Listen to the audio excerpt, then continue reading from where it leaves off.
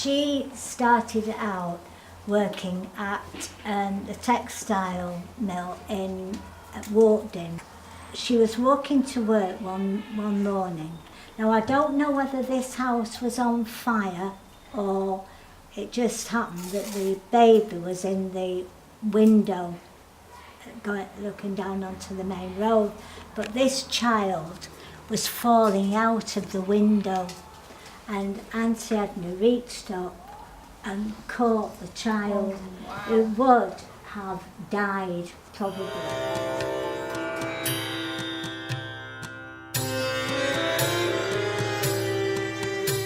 As Age UK Salford, we took it on, and it was a bit of a mess. It was really run down and scruffy. There's a picture there that Nicola's brought. So that's how it is now. There's a garden at the back, which is lovely. Yeah. Can you think of any inspiring women in your life, or maybe people that you've met at the Critchley Community Hub? There's been lots of inspiring people, but I'm very interested in Shirley Baker. This lady will know her, who was a photographer, one of the first lady photographers, which at the time in the 1940s ladies that wasn't their job. And Shirley was born in Salford. She was born in Kersal. She did some fantastic pictures. So in Old Salford there were crofts. The children then played.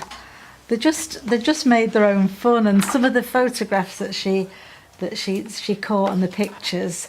I mean, I love that one where the children are skipping, and it just takes me back. It'd be nice to find out more about Agnes Hopkins as well, wouldn't it? I don't even know who that is. Because well, it's kind of I just like... know there's a house in Swinton. Right. It's like interesting also to know that Agnes Hopkins was also a teacher at St Charles. So I'd like to find out more about that. How can we find out? Why are we reading about Agnes Hopkins? She's one of the inspirational people that one of the youth workers mentioned, and because the centre is on my road, where I live, it's kind of quite easy for me to get information. Agnes Alice Hopkins was born in Salford on the 5th of July 1898, living her early life in the Pendleton area of Salford and working as a teacher at St Charles RC Primary School, Swinton. Women in the Victorian age would have still been expected to become housewives and mothers rather than breadwinners. Agnes must have decided that this was not going to be the way her life was. We can only imagine the struggles which she must have had to overcome to achieve her goals.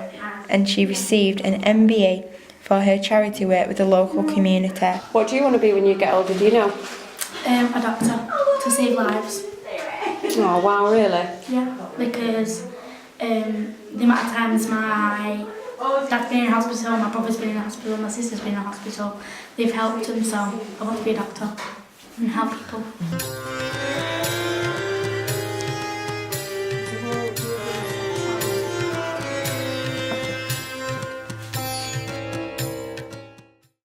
I'm Holly and I'm 12. What do you want to be when you grow up? An actress.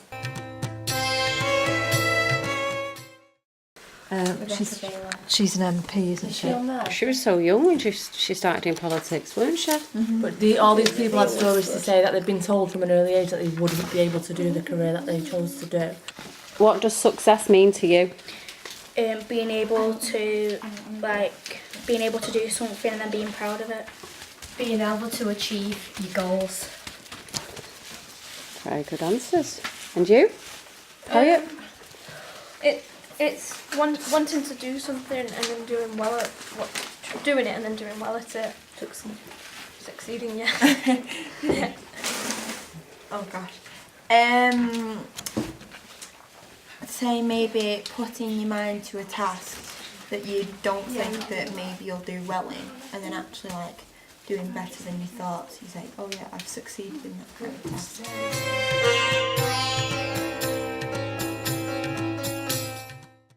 There's a good story about Steph. Who's Steph? So Steph's a youth worker that runs a girls group, who performed a really amazing dance routine on the. Then you put the glue fantastic, over the wasn't it? Yeah.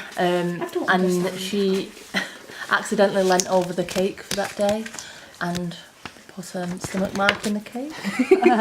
That's my mother-in-law. And the outfit she made herself out of a blackout curtain, because that was done in 1941.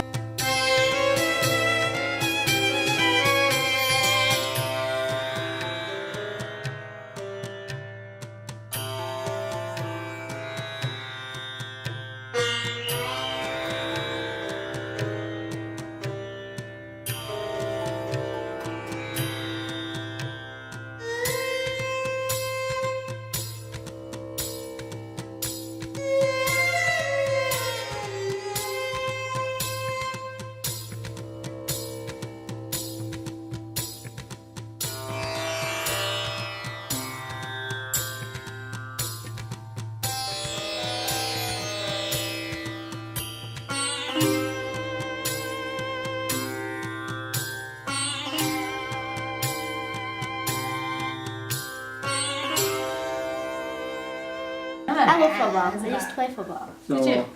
Yeah, So but could boys and girls play football together when they started letting girls come to the Deans? well, not girls could always come to Deans. They were never barred from coming. It was never a lads' club as such.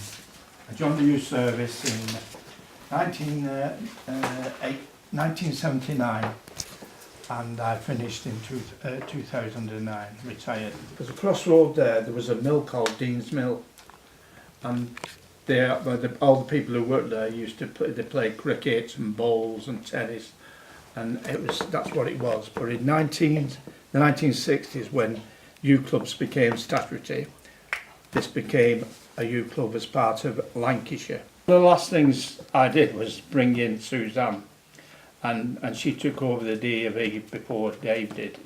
When Suzanne left, I think Dave took it over, because I ran the DAV as well. But the people like Suzanne, one of the best things I did was bring, I feel that I brought Suzanne, and she was here longer here without me than with me, The young women that came in here, they lived round here. They all live around here, and we used to get in, say, between 30 and 40. Wow. Most nights. There was one, she lived over here somewhere. She was about 12. And she used to come in and try and get in with the seniors. Right, yeah, still happens today. Because I did karate for 5 years. What belt are you on? Black. I'm such a child.